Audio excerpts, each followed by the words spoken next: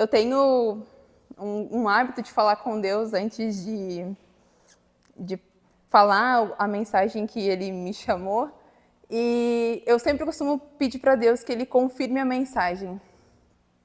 E hoje, durante os pedidos e agradecimentos, Ele confirmou através de vocês essa mensagem. E vocês já vão entender do que eu estou falando. Antes disso, eu gostaria de contextualizar vocês.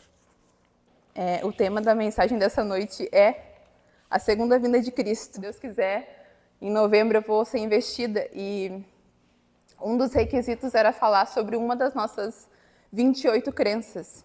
E eu escolhi a 25ª crença da Igreja Adventista, que é a segunda vinda de Cristo. E para quem não sabe, as crenças adventistas, elas são uma síntese de tudo que é mais importante na palavra de Deus. Então, se você olhar, nós temos destaques que muitas outras denominações não têm, né? Como, por exemplo, o santuário, o sábado. Então, resumidamente, as 28 crenças da Igreja Adventista formam a nossa identidade e também quase que sugestivo os temas mais importantes da palavra de Deus. Então, dito isto, eu pedi para Deus confirmar a mensagem. Quando eu cheguei aqui, eu me senti muito bem recebida, me emocionei com a oração da irmã aqui em relação aos pedidos. E vocês mencionaram sobre algumas coisas que têm em comum com a volta de Jesus. A primeira delas é o fim das doenças, né? O câncer é um mal muito grande. Foi falado aqui sobre família, né? Sobre algum tempo que as pessoas não vêm à casa de Deus e depois retornam. Isso é uma coisa muito importante, o Senhor fica muito feliz. E foi mencionado aqui também sobre, muitas vezes, o peso da liderança, né? Da responsabilidade. E quando a gente olha para a palavra de Deus e para as coisas que a gente faz enquanto igreja de Deus, enquanto filhos de Deus, tudo que a gente faz é por um fim, que é aguardar a volta de Jesus e subir com Ele. Então, é uma certeza que nós temos, é a nossa bendita esperança que quando Jesus voltar, as doenças elas vão acabar, nós temos essa esperança de passar a eternidade com a nossa família e principalmente que todo o esforço que a gente fez aqui na Terra, o Senhor vai recompensar. E não que a gente faça por uma recompensa, mas porque nós o amamos e em resposta de gratidão a tudo que Ele já fez por nós.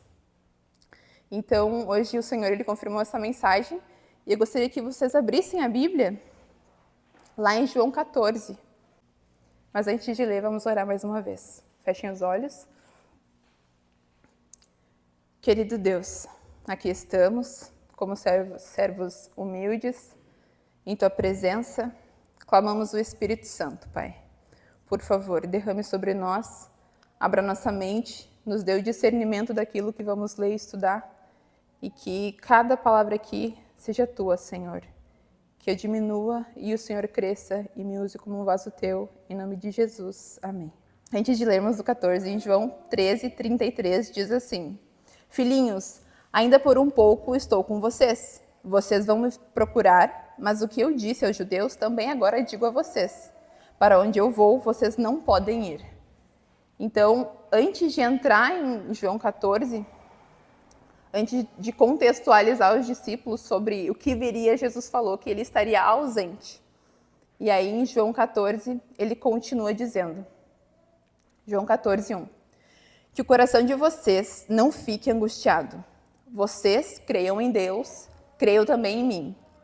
Na casa de meu pai há muitas moradas. Se não fosse assim, eu já lhes teria dito, pois eu vou preparar um lugar para vocês.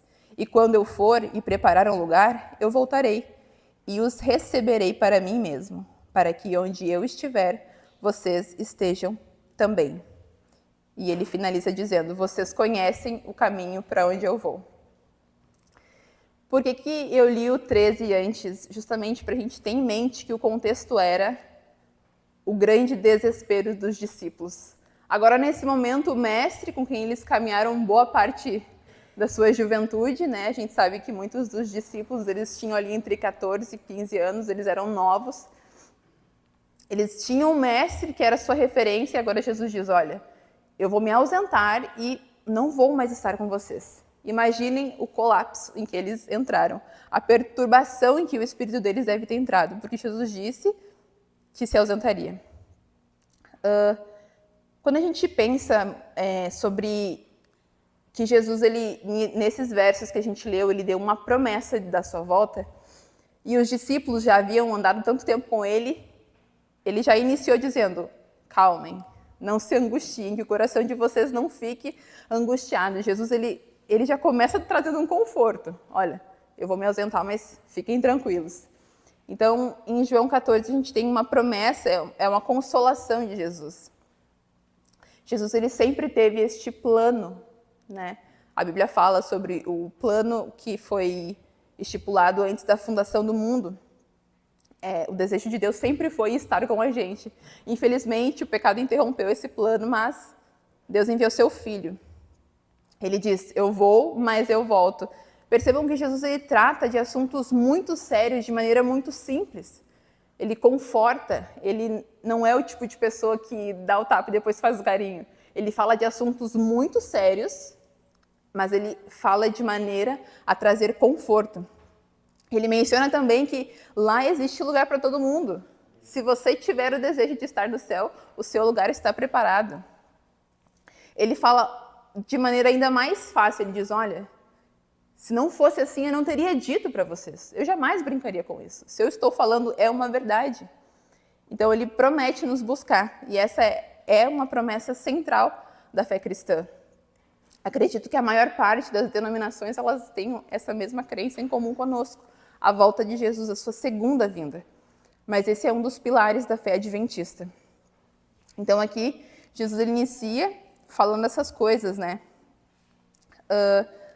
Quando ele começa a explicar que a sua ausência ela seria temporária, eu imagino que talvez os discípulos então começaram a se acalmar. Bom, tu vai, mas vai ser por um curto período, né? Nós vamos estar com você em algum outro momento. E Jesus ele trata de que isso seria muito em breve. É interessante pensar também que Jesus ele fala que a ausência deles seria para o benefício dos discípulos. Então, olha, eu vou sim me ausentar, mas isso é para que vocês tenham algum benefício. Eu estou indo preparar um lugar para vocês. Uma ênfase na certeza do evento. A volta de Jesus, ela é uma certeza.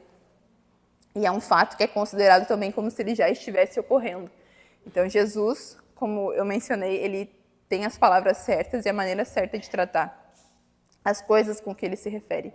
A preparação de lugar também é algo muito importante.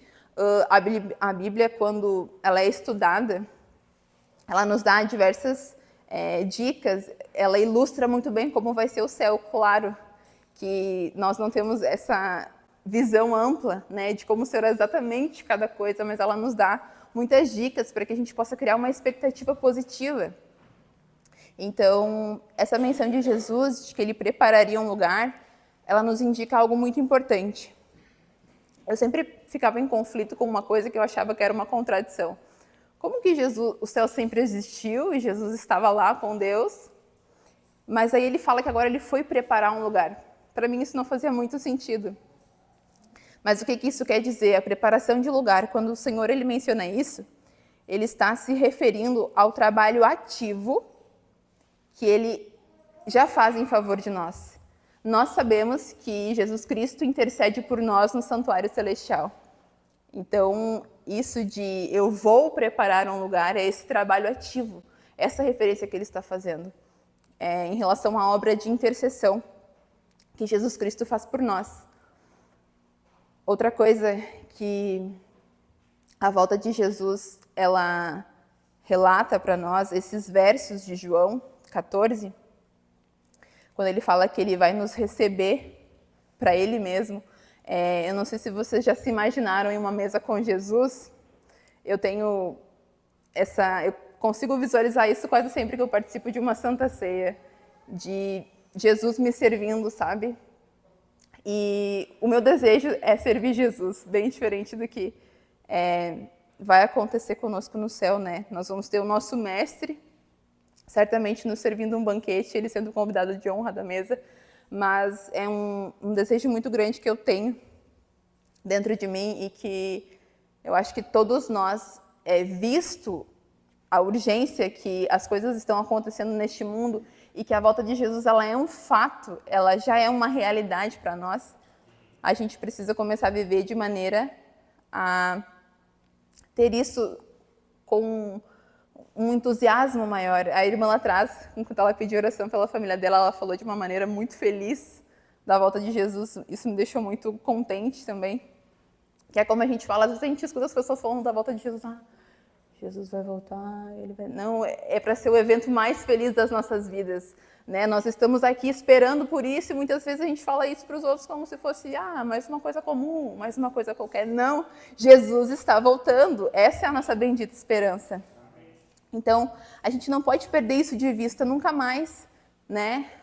A gente vive numa época de tecnologia onde nós temos o hábito, muitas vezes, de a primeira coisa que a gente pega e a última que a gente larga é o celular. Mas e se a gente vivesse de igual modo com a volta de Jesus? Acordei, Jesus pode voltar hoje para mim. Deitei, Jesus pode voltar amanhã para mim. Porque nós sabemos que a partir do momento em que nós fecharmos os olhos aqui, Jesus voltou para nós. E nós vamos nos encontrar com Ele na sua volta. Então, é essa urgência que a gente precisa ter. Não necessariamente esperar o dia da sua volta, mas viver como se Ele já estivesse voltado para nós, hoje ou amanhã. Nós não sabemos o que pode acontecer com a gente. A gente pode sair agora aqui na porta da igreja e algum fato fatal acontecer. Então, a gente precisa estar preparado para a volta de Jesus. A esperança, né? Nós, como cristãos, a gente sabe que o nosso futuro está bem guardado. Se nós vivermos de acordo com aquilo que Ele já preparou, de acordo com aquilo que Ele já pré-estabeleceu para nós, nós podemos viver em segurança, em tranquilidade. É claro que nós não acreditamos naquilo de uma vez salvo, salvo para sempre. Todavia, se você tem a plena certeza que você aceitou o sacrifício de Cristo, o seu futuro está seguro em Cristo Jesus. E é muito importante, faz parte do discurso de despedida de Jesus, que ele conforta os discípulos, né, diante da incerteza iminente de sua crucifixão. A gente sabe que Jesus ele faz aquela oração, né, Pai, se possível, passe de mim esse cálice. Com certeza a cruz para Jesus não foi o evento mais doce da sua vida, a gente sabe que não.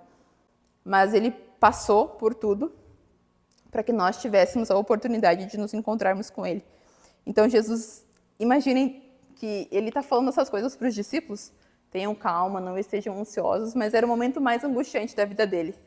Então, Jesus ele fala de esperança num cenário que era devastador para ele. E agora, entendendo que essa é a nossa esperança, a gente vai ver a confirmação dessa esperança. Jesus, quando ele fala isso para os discípulos, ele dá a promessa, mas a Bíblia não fica sem confirmá-la.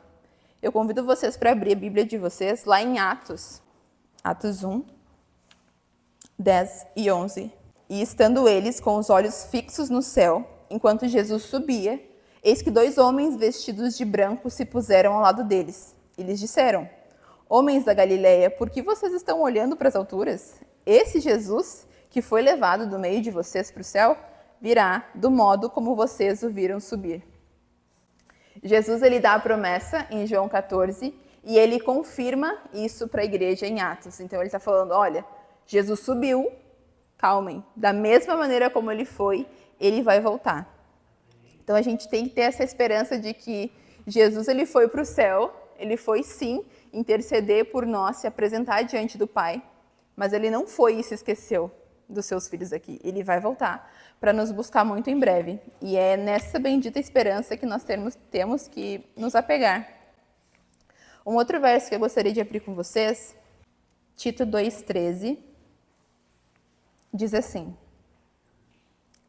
aguardando a bendita esperança e a manifestação da glória do nosso grande Deus e Salvador Jesus Cristo.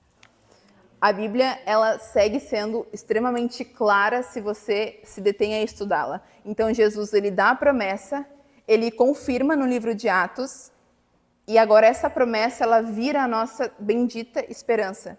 A esperança da igreja, ela é mantida por isso. Jesus, ele vai voltar.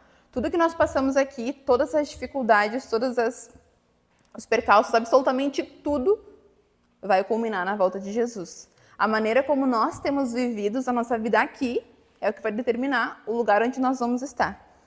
Se vocês quiserem anotar, Mateus 24, 27 vai falar sobre a volta de Jesus, que vai ser um evento grandioso, vai ser audível, todo o olho, absolutamente todas as pessoas o verão. Apocalipse 1:7 fala isso, que ele vai ser como um relâmpago que sai do Oriente.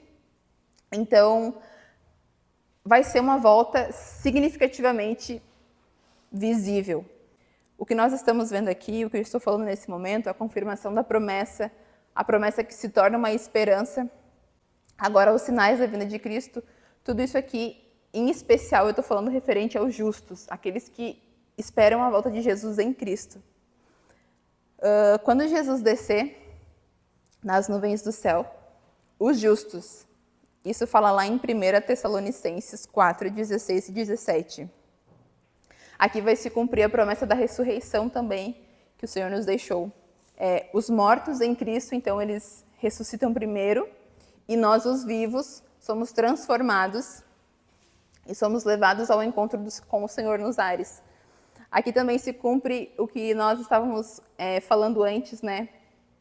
Quando nós, os vivos, formos transformados, todo vestígio de doença, de deficiência, absolutamente tudo que é corruptível vai ser transformado pelo poder de Deus, pela glória de Deus em nós.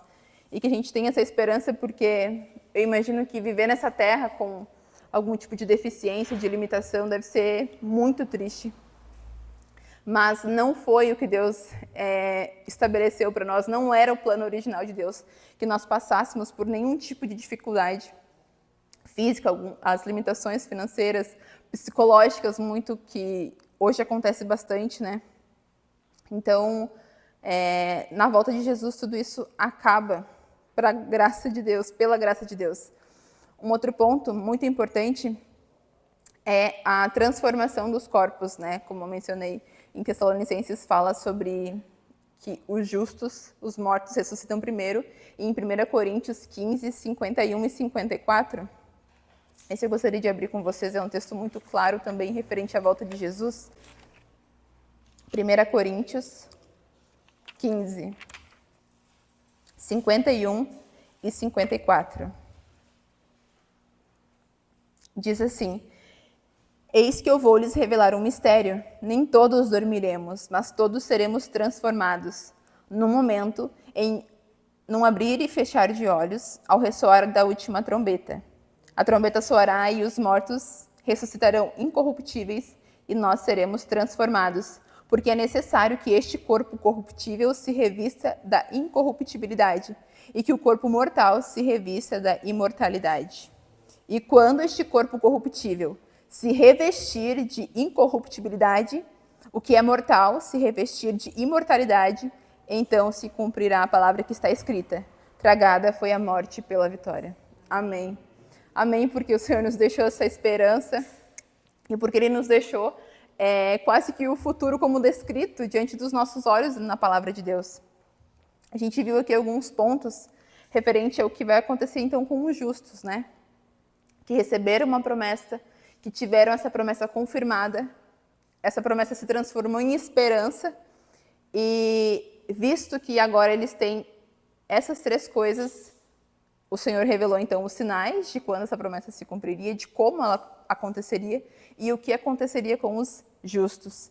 E o meu desejo para mim e para você é que a gente esteja nesse grupo, naqueles que vão estar à direita do Pai. Os ímpios, em contrapartida, têm o pior cenário. Em Apocalipse 6, 14 e 17, vai falar sobre o desespero desse povo que negou a Jesus, de que não aceitou os seus apelos, desse povo que não se arrependeu. Apocalipse 6, 14, é um verso que eu achei um tanto pesado quando eu li.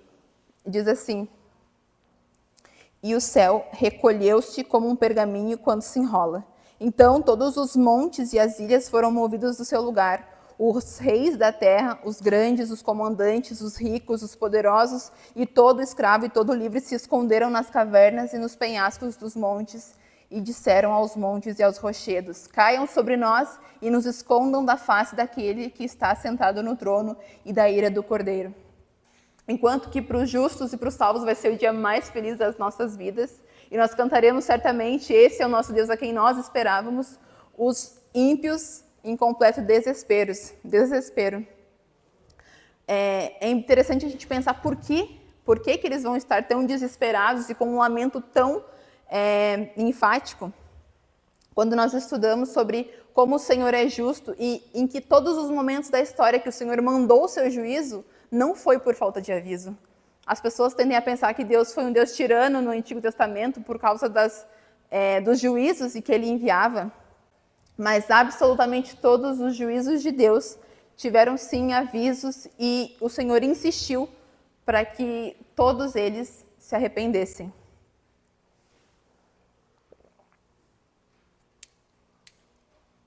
Então os ímpios, eles vão sim querer se esconder de Deus, da ira do Cordeiro, porque eles vão finalmente perceber o contraste entre a santidade e a pureza de Deus, em contraste com os seus próprios pecados. A gente sabe que o pecado ele causa separação entre nós e Deus. E a presença de Cristo nas nossas vidas, ela expõe o nosso pecado. E esse vai ser o motivo da angústia deles. Nós que estamos em Cristo, muitas vezes, nós vivemos diariamente um grande conflito entre a nossa carne, querendo fazer aquilo que é errado, e o nosso espírito querendo fazer aquilo que é certo e agradar ao Senhor. Aqueles que não se arrependem, eles vivem deliberadamente em pecado, então eles não têm esse senso, essa percepção, porque eles nem dão ouvidos à voz de Cristo. Mas quando Jesus voltar, eles vão finalmente perceber esse contraste e o pecado deles vai ficar escancarado. Outro ponto que os ímpios, e o motivo do porquê eles vão se perder, é porque eles zombam.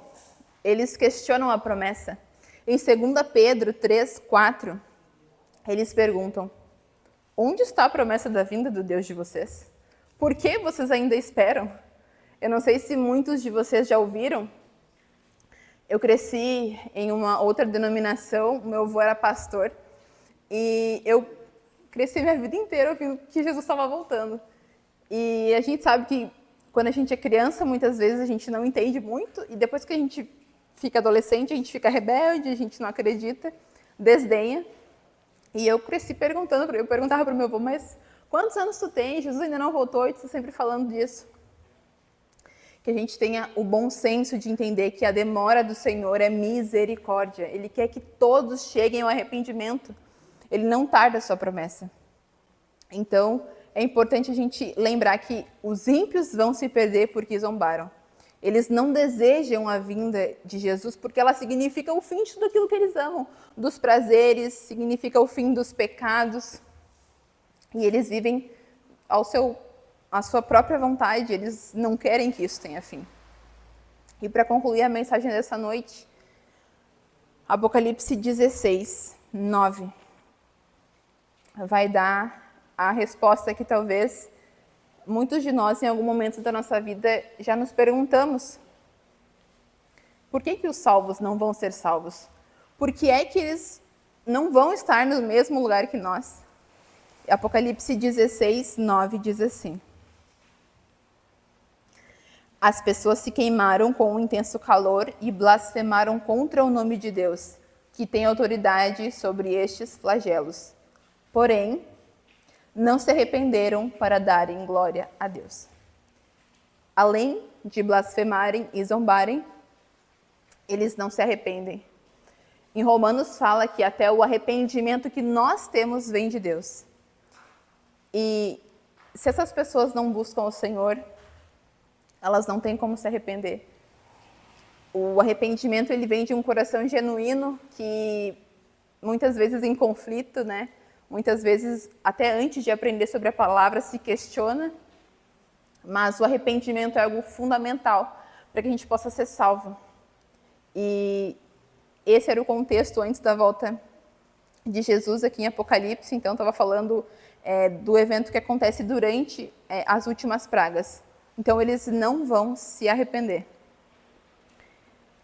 eles vão então ver o cumprimento dessa promessa, mas eles não vão ter prazer nela, porque o coração deles nunca foi de fato transformado.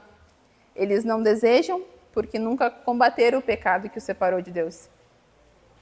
E algo que tem que ficar muito claro na nossa mente, não só para o dia de hoje, mas para o de amanhã e até a volta de Jesus, é que se porventura nós estivermos do lado dos ímpios na volta de Jesus, é porque, quem sabe, a gente não fez um exame de coração diariamente. É porque, quem sabe, a gente viveu no automático. A gente cometia ali os nossos deslizes, não se arrependia de verdade. Vínhamos para a igreja no sábado, a gente até fazia o culto matinal, a gente observava, se esforçava para observar todos os mandamentos, mas não houve genuíno arrependimento. E, no fim, não é Deus que vai rejeitar os ímpios, mas eles que sempre rejeitarão a Deus. E para a gente relembrar, então, os pontos que existem em comum, é que a volta de Jesus ela não vai ser um evento isolado ou secreto. Tanto para os ímpios quanto para os justos, a volta de Jesus ela vai ser visível, gloriosa. A Bíblia fala que vai ser como um ladrão, mas de forma a ser surpreendente. E esse é o motivo do porquê que nós precisamos nos preparar. Porque a gente nunca espera um ladrão, a gente nunca espera ser assaltado, é sempre uma surpresa. Mas que a volta de Jesus seja a surpresa mais feliz das nossas vidas. Outro ponto em comum também é que Jesus ele vai voltar com os seus anjos. Ele vai voltar de forma pessoal e literal. Uma frase que a minha mãe ela falava bastante, fala até hoje, que antes, quando eu e a minha irmã não estávamos na igreja, ela falava assim: eu não vou poder levar vocês de arrasto na minha saia, segurando. E a gente não entendia muito bem o que isso queria dizer. Mas a volta de Jesus ela é pessoal, porque a gente não vai poder ir para o céu de Uber, a gente não vai ter como ir na carona de ninguém. Jesus ele vai voltar especificamente para você. Você tem que estar com a sua vida em dia diante de Deus. E o que nós podemos fazer uns pelos outros aqui é o que fala em Gálatas, né? Carregar os fardos uns dos outros, servir sim ao nosso próximo, viver uma vida de serviço, mas a gente não pode esquecer que muitas vezes, em tantas atividades que a igreja proporciona, às vezes a gente só vive para o Deus da igreja, mas a gente não vive com o Deus da igreja em secreto. Então, esse é um ponto muito importante. A gente tem que cuidar para não se sobrecarregar de coisas, esquecer a nossa comunhão também. E lembrando aqui do contraste, enquanto os justos vão estar alegres e no dia mais feliz, os ímpios sentem medo e estarão em completo desespero. Enquanto os justos têm na boca um cântico: eis que o nosso Deus está aí, né? É aquele a quem esperávamos. Os justos, os ímpios, eles vão pedir para que os montes caiam sobre eles. E enquanto nós estaremos exultando em gratidão e certamente em vitória, os ímpios em desespero e culpa. E lembrar que Jesus Cristo, na sua primeira vinda, ele habitou entre nós, né? Ele esteve, né, presente. Ele foi o tabernáculo vivo com o povo no deserto. Ele que esteve à frente de Josué na batalha, né? A gente está estudando isso na lição agora. Ele que abriu o Rio Jordão também e o Mar Vermelho. Então, ele habitou com a gente enquanto ele esteve aqui. Mas na segunda vinda, ele vai nos levar para habitar com ele. E que esse possa ser o desejo genuíno do meu e do seu coração. E que Jesus possa nos abençoar e nos ajudar nesse preparo para a vinda dele, que mais do que nunca está aí, a gente está vendo os eventos acontecer, e que a gente não tenha isso por só mais uma coisa na nossa lista de tarefas que a gente precisa estar atento. Não, isso precisa ser a primeira coisa a ter a nossa atenção durante todos os dias. Essa semana foi uma semana muito difícil para mim, pessoalmente. E eu tinha aceitado esse convite para estar aqui, acho que mais de 2 semanas já a Maria Antônia tinha falado comigo. E aí, eu trabalho atualmente com a ADRA, né, em Porto Alegre, e final de ano é uma demanda bem grande de trabalho, estou, assim, exausta com as tarefas, e aí, geralmente quando fecha o mês, a prestação de contas ela começa a acontecer, né, você envia relatório, você envia nota, e eu estava assim, né, vivendo um dia após o outro, dormindo tarde, muitas vezes não tendo o meu devocional e pensando, nossa, Senhor, mas será que todo final de ano vai ser isso, né? A gente vive atropelando as coisas e o tempo. E aí, fazendo o cartão de líder, faltam alguns requisitos ainda, e daí a gente tem que preparar um pequeno grupo para sexta-feira para conseguir fazer um requisito. E aí tem que fazer a prova de um dos livros que a gente tinha que ler agora sábado, e daí chegou terça-feira e eu pensando, meu Deus, eu ainda tenho que ir quarta para São Leopoldo pregar.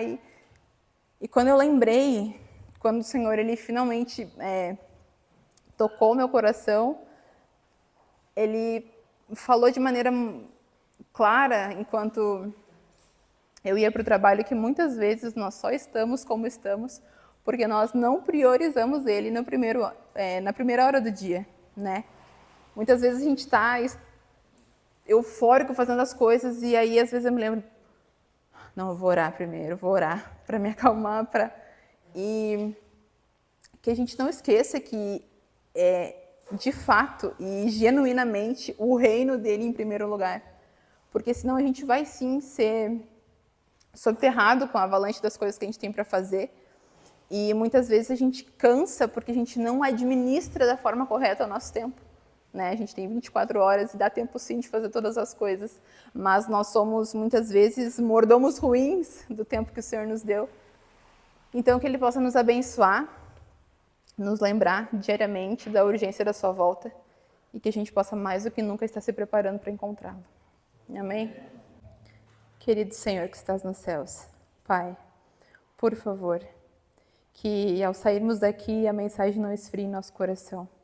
Que todos os dias ao acordar a gente tenha esse lembrete, Pai, que Jesus está voltando para nos buscar e que muito em breve, Pai, tudo isso que a gente passa aqui, todas as aflições, todas as angústias e tristezas, elas vão ter um fim. E que nós podemos nos agarrar a essa bendita promessa, porque Tu disses que Tu não é Deus para que minta, Pai. E nós confiamos na promessa, porque o Senhor já nos deu essa vitória. Ao morrer na cruz, Senhor, Tu confirmaste que nós teríamos sim um lugar, que nós teríamos sim uma casa eterna e que lá só vai haver aquilo que é bom, aquilo que é agradável, Senhor. E que nós finalmente vamos poder descansar. E a nossa única preocupação vai ser em qual momento do dia vamos nos encontrar contigo, Senhor. Por favor, nos ajude a não deixar essa esperança morrer em nosso coração e que o Espírito Santo nos batize diariamente. Por favor, Senhor, nos dê o Teu Espírito para que a gente tenha discernimento e sabedoria para lidar com todas as situações que ainda virão e estar preparados para o céu. É o que nós Te pedimos. Nos despede, Senhor, em segurança. Em nome de Jesus. Amém.